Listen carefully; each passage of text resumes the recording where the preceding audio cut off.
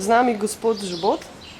Vi ste tudi že kar nekaj časa nekako vpleteni v slovensko kulturo, politiko mogoče malo manj. Pa me zanima, kakšno je vaše mnenje v tem trenutku o stanju v slovenski kulturni politiki.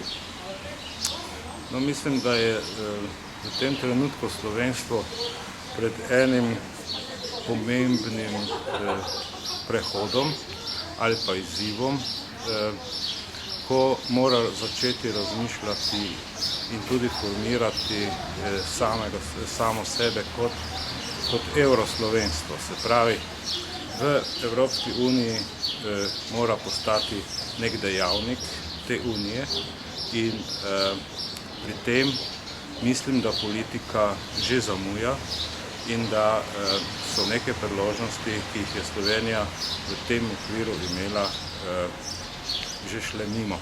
No, v glavnem jezik, kultura, vsa ta angleška neka govorica, ki se tu uveljavlja, to je pravzaprav en znak krize, ki se bo samo še poglabljala, kriza identitete, posebno mlajših ljudi v Sloveniji, ki se bo samo še poglabljala, kolikor Slovenija ne bo našla svoje vizije in svoje vloge v tej skupnosti, v kateri smo.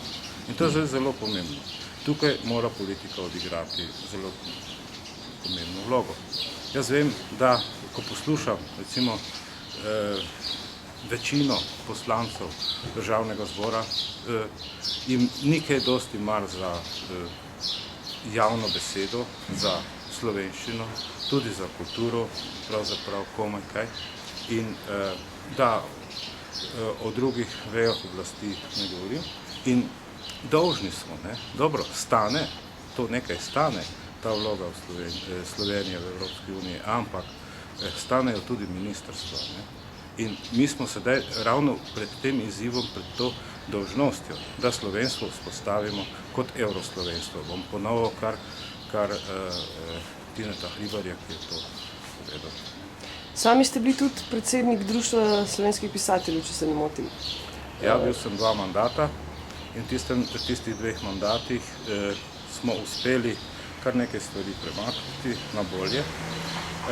Sedaj ne vem, kako bo uspevalo novi garnituri, ampak Društvo pisateljev je vsekakor pomemben dejavnik v civilni družbi slovenski in mora ohranjati to vlogo tudi za naprej. Imate kakšno sporočilo za, rečemo temu, vse, ki delajo na Ministrstvu za kulturo? Ja, zdaj na Ministrstvu za kulturo dela marsikdo.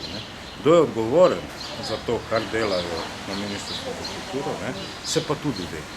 In na tiste, na odgovorne, pravzaprav je treba tudi pritiskati, apelirati, da se vendarle zavedajo trenutka, v katerem slovenstvo je, zgodovinskega trenutka, in v katerem morajo odigrati svojo vlogo.